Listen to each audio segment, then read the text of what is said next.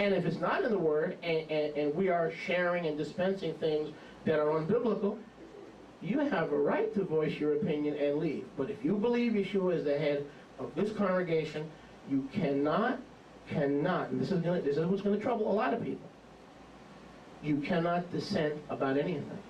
You're with the program, or you're without, or you're not with the program. You can't dissent about anything. You can speak, you can share, but only with the decision makers. If you're sharing your opinion with those who are not decision makers, you're not doing it for the betterment of the kingdom, you're doing it to highlight your differences. If you really were interested in changing the leadership and the way that things are conducted, you would go to the leadership or reason with the leadership or share what's on your heart. Many of you have shared things that are on your heart. I made a change the next week. The next week, those changes were made. The next day, they were made. If I know that you have displayed the loyalty and the faith, you determined in your heart to have this joint unity in this joint compound.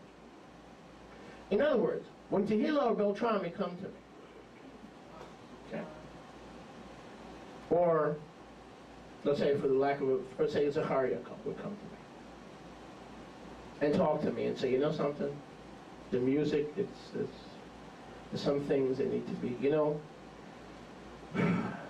it's too loud, there are things that could be done better, there are things that could be done differently. I'm all ears. I'll listen to, not only will I listen to every word, I'll hang on every word. You know why? Because I know these people are loyal to me. And I know these people, they've proven their loyalty, they're tested, they're faithful. If you've been here for 4 or 5 years and you've put up with the good, the bad, and the ugly, and you are part of, you have determined in your heart to walk in unity, you can come to me. That doesn't mean I'm going to answer every single phone call. It means when we finally sit down, I'm all ears. Matter of fact, I'm probably going to implement everything you're sharing with me. Because I know you're committed, I know you're loyal, I know you're not here to create division and problems. But if somebody comes in and tells me that, you know, Yahweh told them to tell them this, tell them this, tell them that, hey, you've got to be tested first, you've got to be proven, and then earn the right to be heard. So free thinkers are not necessarily Yahweh thinkers. Progress will be determined by our unity. Unity starts in the heart. How can two make halakha if they're not first joined together, two or more things, common vision, one legal body, joint military maneuvers, a lifestyle of full cooperation, full sharing, joint tenancy. Now go to Ephesians 4:1. Ephesians 4:1. Is anybody enjoying? Yes. In other words, you know why most congregations have division and gossip and slander and problems? Because the rabbi and the pastor tolerates it. We don't have that problem here. Now, we had a perfect, and again, I'm only doing this to make an illustration, okay?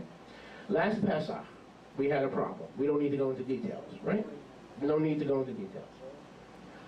And in the parking lot, there was ministry taking place.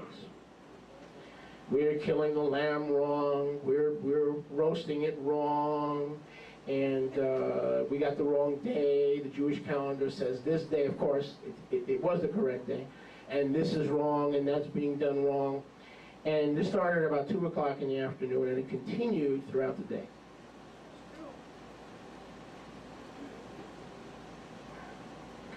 And by the end of the day, I would say about 20 people had been infected with this virus, and actually believed that we were doing the Pesach the wrong day, and even if we were doing it the right day, we were eating the lamb the wrong way. And the rabbi didn't know what he was doing. Amen. And the leadership didn't know what they were doing. Finally, at the end of the day, I had to throw this guy out and say, don't come back again. Now, he was voicing his opinion. His opinion was valid in the world and in the marketplace. No problem. But as long as he submitted to our altar, that's our altar, that's a kadosh altar. That is the altar from which the Seh HaElohim is going to be consumed by the members of Bnei Yeshua synagogue.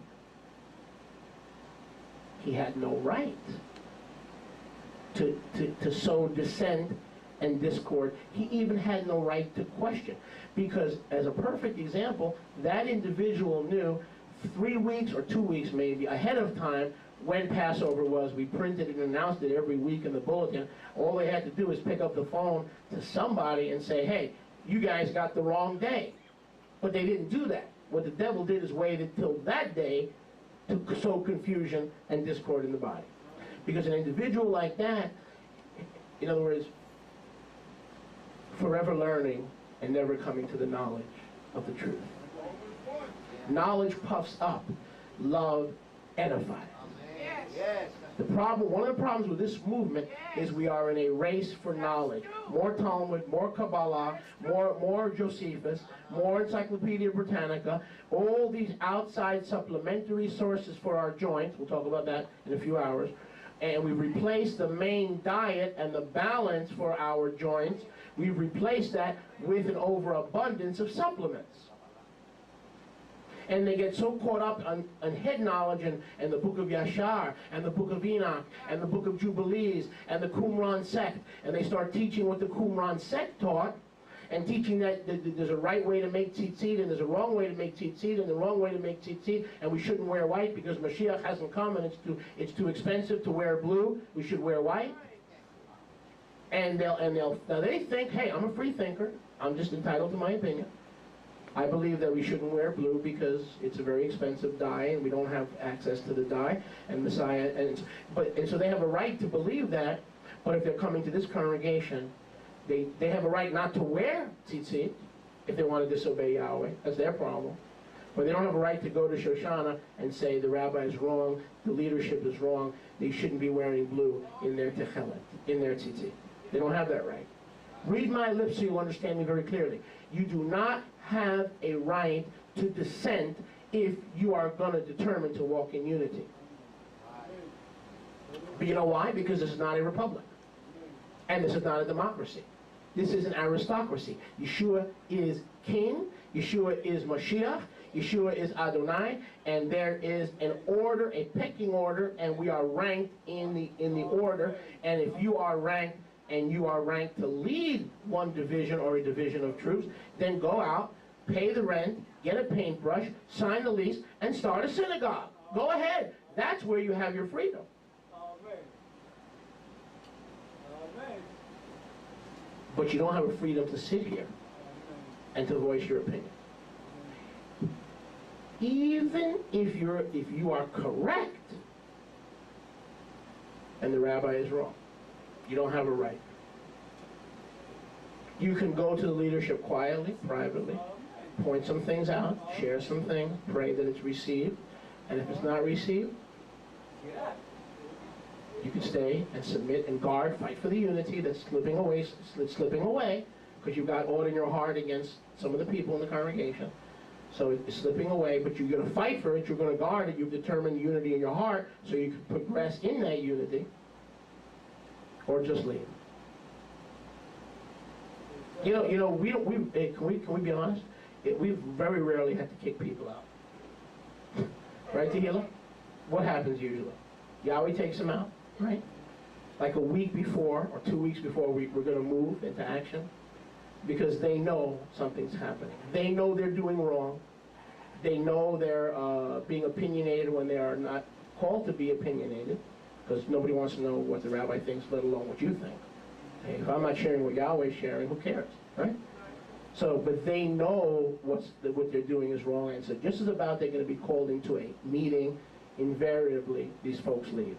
It's like the enemy is showing them that it's time to get out.